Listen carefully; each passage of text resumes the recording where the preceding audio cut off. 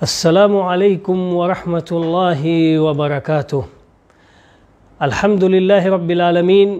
والصلاة والسلام علی اشرف الانبیاء والمرسلین محمد وعلی آلہ وصحبہ اجمعین ومن تبعہم بإحسان الی یوم الدین، اما بعد فإن خیر الحدیث کتاب اللہ وخیر الہدی ہدی محمد صلی اللہ علیہ وسلم وشر الامور محدثاتها وکل محدثۃ بدعہ وَكُلَّ بِدْعَةٍ ضَلَالَةٍ وَكُلَّ ضَلَالَةٍ فِي النَّارِ۔ محترم ناظرین کرام، آج کی اس مجلس میں ہماری گفتگو کا عنوان اور موضوع ہے فضائل قیام اللیل، یعنی قیام اللیل، تہجد اور تراویح کی فضیلت۔ محترم ناظرین کرام، یہ اللہ رب العالمین کا بڑا فضل اور اس کا کرم اور عظیم احسان ہے کہ اس نے متنوع اور مختلف قسم کی عبادتوں کو مشروع قرار دیا ہے۔ نماز، روزہ، حج، زکوٰۃ، ذکر، تلاوت قرآن کریم، قیام اللیل اور اس طرح کی بہت ساری عبادتوں کو، مختلف قسم کی عبادتوں کو مشروع قرار دیا ہے۔ اس کی حکمت سب سے بڑی یہ ہے کہ بہت سارے لوگ مختلف طبیعت کے ہوتے ہیں۔ کچھ لوگوں کو نماز کے اندر بڑی دلچسپی ہوتی ہے تو آپ دیکھیں گے کہ وہ نماز بڑے اہتمام سے ادا کرتا ہے۔ کچھ لوگوں کو روزے کے اندر بڑی دلچسپی ہوتی ہے، وہ روزہ بڑے اہتمام سے رکھتا ہے۔ کچھ لوگ حج عمرے میں بڑی دلچسپی رکھتے ہیں۔ اسی طرح سے بہت سارے لوگ اللہ کے راہ میں خرچ کرنے والے ہوتے ہیں، ان کو اللہ کے راہ میں مال خرچ کرنے میں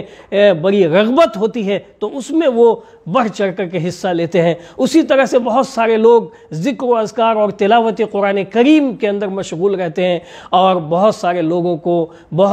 کچھ لوگوں کو اللہ رب العالمین قیام اللیل اور تہجد کی بھی توفیق سے نوازتا ہے۔ آج ہم اسی قیام اللیل اور تہجد اور تراویح کے اوپر گفتگو کرنے جا رہے ہیں۔ محترم بھائیوں، بزرگوں، یہ عبادت شریعت اسلامیہ میں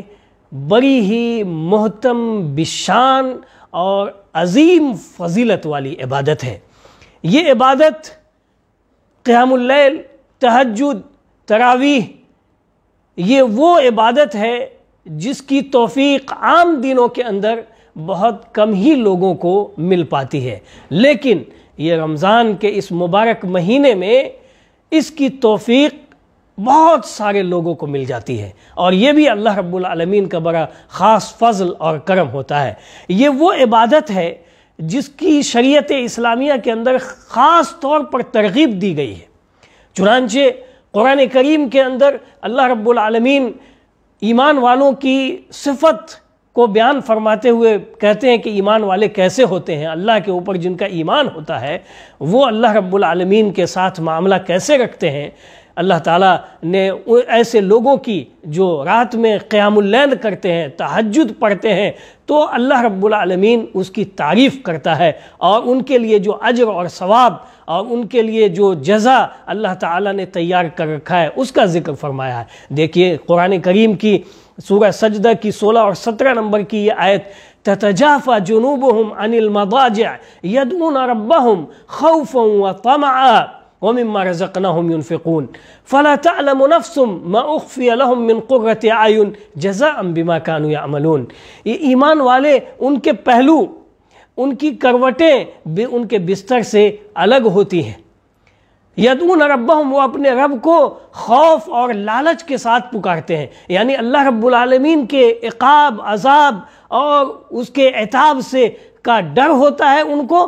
اور اللہ رب العالمین سے وہ اجر اور ثواب کی بھی اپنے عمل کے اوپر امید رکھتے ہیں، اور اس کے ساتھ وہ اللہ رب العالمین کی عبادت کرتے ہیں، اور اس بنیاد اور اسی نیت سے ان کے پہلو اور ان کی کروٹیں ان کی بستر سے الگ ہو جاتی ہیں۔ سبحان اللہ۔ وَمِمَّا رَزَقْنَاهُمْ يُنْفِقُونَ، اور جو اللہ تعالیٰ نے انہیں مال دیا ہے اس میں سے وہ خرچ بھی کرتے ہیں۔ تو اللہ تعالیٰ فرماتے ہیں کہ ایسے لوگ فَلَا تَعْلَمُ نَفْسٌ مَّا أُخْفِيَ لَهُم مِّن قُرَّةِ أَعْيُن، کوئی نفس نہیں جانتا کہ ہم نے، یعنی اللہ نے ان کے لیے ان کی آنکھوں کی ٹھنڈک میں سے کیا کچھ اللہ رب العالمین نے چھپا رکھا ہے، جزاء بما کانوا یعملون، اور یہ بدلہ ہوگا اس چیز کا جو وہ دنیا کے اندر کیا کرتے تھے۔ اور بخاری اور مسلم کی روایت حدیث قدسی موجود ہے کہ اللہ تعالیٰ فرماتے، رسول اللہ صلی اللہ علیہ وسلم فرماتے ہیں کہ اللہ تعالیٰ فرماتا ہے کہ میں نے اپنے نیک بندوں کے لیے جنت میں ایسی ایسی عظیم نعمتیں تیار کر رکھی ہیں، ایسے انعامات اور اکرامات ہم نے تیار کر رکھے ہیں کہ ما لا عین رأت ولا اذن سمعت ولا خطر علی قلب بشر، کہ جس ایسی نعمتیں ہیں جس کو کسی آنکھ نے نہ کبھی دیکھا اور نہ کسی کان نے کبھی سنا اور نہ ہی کبھی کسی انسانوں کے وہم و گمان میں اس نعمت کے تعلق سے کوئی بات آ سکتی ہے۔ اللہ اکبر۔ تو یہ اتنی فضیلت والی عبادت ہے، اور اسی لیے پیارے نبی محمد رسول اللہ صلی اللہ علیہ وسلم نے واضح طور پر فرمایا کہ افضل الصلاۃ بعد الفریضۃ صلاۃ اللیل، فرض نماز کے بعد سب سے افضل نماز، فرض نماز کے بعد سب سے افضل، سب سے فضیلت والی، سب سے زیادہ محترم بالشان وہ ہے صلاۃ اللیل، رات کی نماز یعنی قیام اللیل، جو کہ ہم رات میں ادا کرتے ہیں۔ جیسے کہ اس وقت رمضان میں ہم تراویح پڑھتے ہیں، یہ افضل ہے، نفلوں میں سب سے افضل اور فرض کے بعد سب سے فضیلت والی یہ عبادت ہے، جیسا کہ یہ مسلم کی روایت ہے۔ مسلم کی روایت واضح طور پر یہ بات بتاتی ہے۔ اسی طرح سے اور اسی لیے پیارے نبی محمد رسول اللہ صلی اللہ علیہ وسلم اس عبادت میں آپ خاص طور پر آپ کی سیرت کے اندر اس کا اہتمام دیکھا گیا ہے۔ آپ صلی اللہ علیہ وسلم کبھی رات کی نماز چھوڑتے ہی نہیں تھے، کبھی آپ صلی اللہ علیہ وسلم سے یہ غائب ہی نہیں ہوئی، بلکہ آپ اس کے اندر بہت زیادہ محبت کرتے تھے، اتنی زیادہ محنت کرتے کہ آپ صلی اللہ علیہ وسلم کے دونوں پاؤں پھول جاتے، جس کے اوپر ام المؤمنین حضرت عائشہ رضی اللہ تعالی عنہ کو ترس بھی آتا اور شفقت بھی آ جاتا کہ اللہ کے رسول میں یہ دیکھتا ہوں، اور کہتی ام المؤمنین یہ کہتی ہیں کہ یا رسول اللہ، اے اللہ کے رسول، اراک انک تکثر قیام اللیل، میں آپ کو دیکھتی ہوں کہ آپ قیام اللیل بہت کثرت سے کرتے ہیں، یہاں تک کہ آپ کے دونوں قدم پھول جاتے ہیں، جبکہ اللہ رب العالمین نے آپ کے اگلے گناہ اور پچھلے گناہ سب کو اللہ رب العالمین نے معاف کر دیا ہے، بخش دیا ہے، اور اس کے باوجود بھی آپ اتنی زیادہ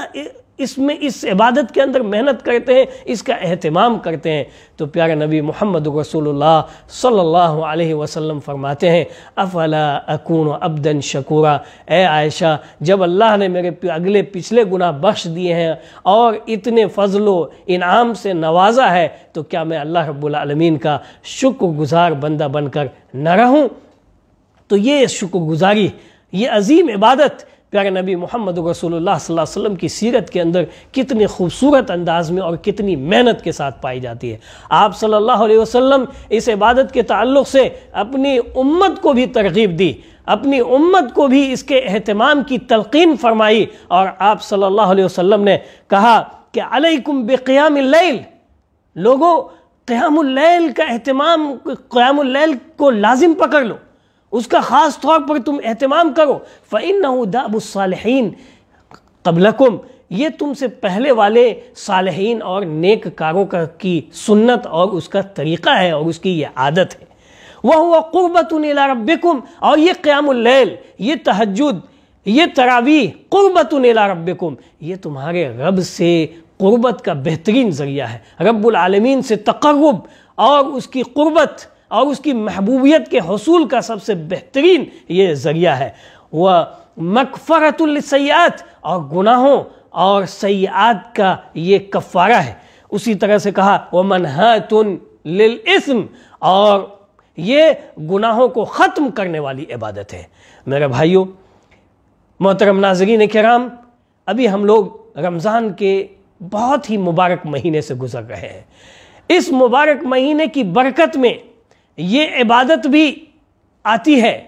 اور اس مبارک مہینے میں پیارے نبی محمد رسول اللہ صلی اللہ علیہ وسلم نے خاص طور پر اس عبادت کے اہتمام کی تلقین فرمائی،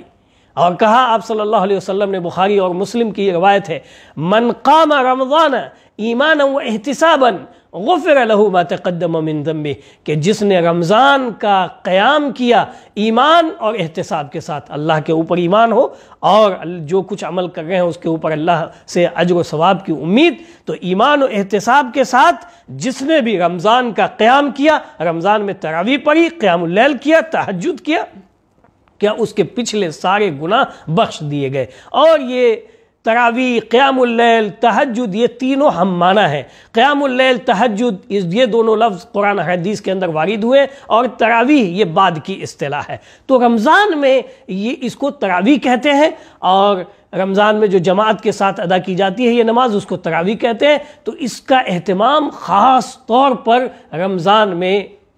ہوتا ہے۔ اور عام دنوں میں دیکھیں گے کہ بہت سارے لوگوں کو، اکثر لوگوں کو بلکہ اس کی توفیق نہیں ملتی، لیکن دیکھیے یہ رمضان کا عظیم مہینہ، برکت والا مہینہ، رحمتوں والا مہینہ، یہ اس کی برکت سے اللہ تعالی ہمیں اس کی توفیق سے نواز دیتا ہے، اور اس مبارک مہینے کے اندر ہم قیام اللیل کا، تہجد کا اور اس تراویح کا ہم اہتمام کرتے ہیں۔ اس لیے میرے بھائیوں، ہمیں زیادہ سے زیادہ اس مبارک مہینے میں اس عبادت کا اہتمام کرنا چاہیے۔ خود پیارے نبی محمد رسول اللہ صلی اللہ علیہ وسلم نے اس کا اہتمام کیا، صحابہ کرام رضوان اللہ علیہم اجمعین کو لے کر کے 3 دن آپ صلی اللہ علیہ وسلم نے اس کا قیام کیا تھا،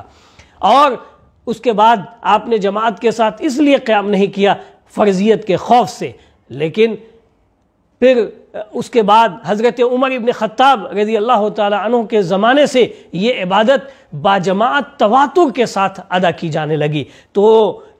اس کے بعد یہ مبارک سلسلہ بالکل چلتا رہا اور ہنوز جاری اور ساری ہے۔ میرے بھائیوں، تو یہ عبادت بڑی عظیم عبادت ہے، اس کا خاص طور پر اس مہینے کے اندر، اس مبارک مہینے کے اندر اہتمام کرنا چاہیے۔ اس کے یہ گناہوں کا کفارہ ہے، یہ اللہ رب العالمین کی قربت کا ذریعہ ہے، یہ صالحین کا طریقہ اور اس کی سنت ہے، تو اس کا ہم جتنا اہتمام کریں گے وہ اتنا اس کا اجر اور ثواب ہمیں حاصل ہوگا۔ ابھی اس مبارک مہینے میں ہم سب گھر کے اندر ہیں، محصور ہیں، مسجد نہیں جا پا رہے ہیں، تو اپنے گھر کے اندر ہی چاہیں تو جماعت کے ساتھ ادا کریں اور چاہیں تو آپ انفرادی طور پر ادا کریں، اور یہ رمضان میں اول لیل کے اندر ہی ادا کی جاتی ہے، تو الحمدللہ یہ بھی اللہ رب العالمین کا بڑا فضل ہے کہ لوگ سو کر کے اٹھنے کے بعد ہو سکتا ہے کہ وہ ادا نہ کر پائیں، تو رمضان کے اندر یہ عبادت اول لیل میں ہی عشاء کے فوراً بعد ہی ادا کر لی جاتی ہے۔ اور اس لیے سلف صالحین کی سنت میں اور سلف صالحین کے طریقے میں